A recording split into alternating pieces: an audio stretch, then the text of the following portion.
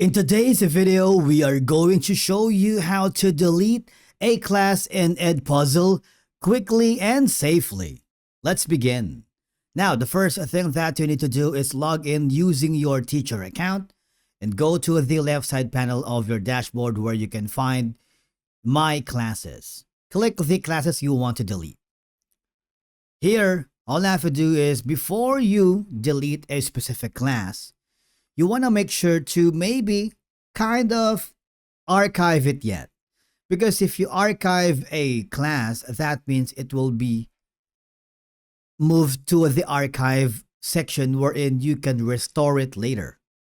So that means if you're not sure or if you are not 100% sure yet, I suggest you archive it.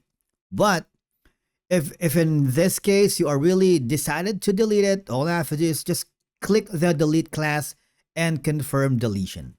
Remember, this will be permanent, meaning like your teachers, students, assignments, grades will lose access and you won't be able to restore it.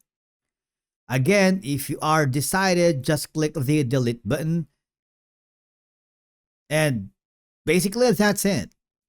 It's super easy and super simple in deleting a class in Edpuzzle. Thank you so much for watching, and we will see you again in the next video.